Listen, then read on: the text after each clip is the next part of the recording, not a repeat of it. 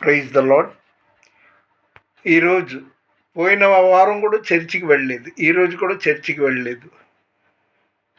చాలా బాధపడ్డాను. లేవియా కాండం అంటే ఈ సంవత్సరం ఆది కాండం నుండి లేవియా కాండం 23వ అధ్యాయం వరకు చదువుకున్నా. సరే, అయితే దేవుని మహాకృపను బట్టి ఈరోజు దేవుని వాగ్దానం యెహోషువ 1వ అధ్యాయం 6వ వచనం. నిన్ను విడువను, నిన్ను ఎడబాయను, నిబ్బరము కలిగి ధైర్యముగా ఉండుము. ఈ మాటలు ఎవరంటారంటే అయిన వాళ్ళు ఎవరు చెప్పరు.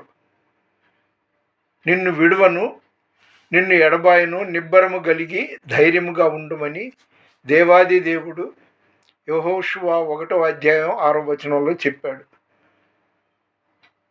ఇవాళంతా ఏంటో శోధనమయంగా ఉంది. అయినా సరే దేవుని మహాకృపను బట్టి లేవియా కాండం చదువుకున్నాను.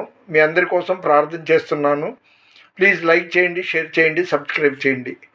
దేవుని పరిచర్యలో మీ రత్నం ఫ్రాన్సిస్. God bless you.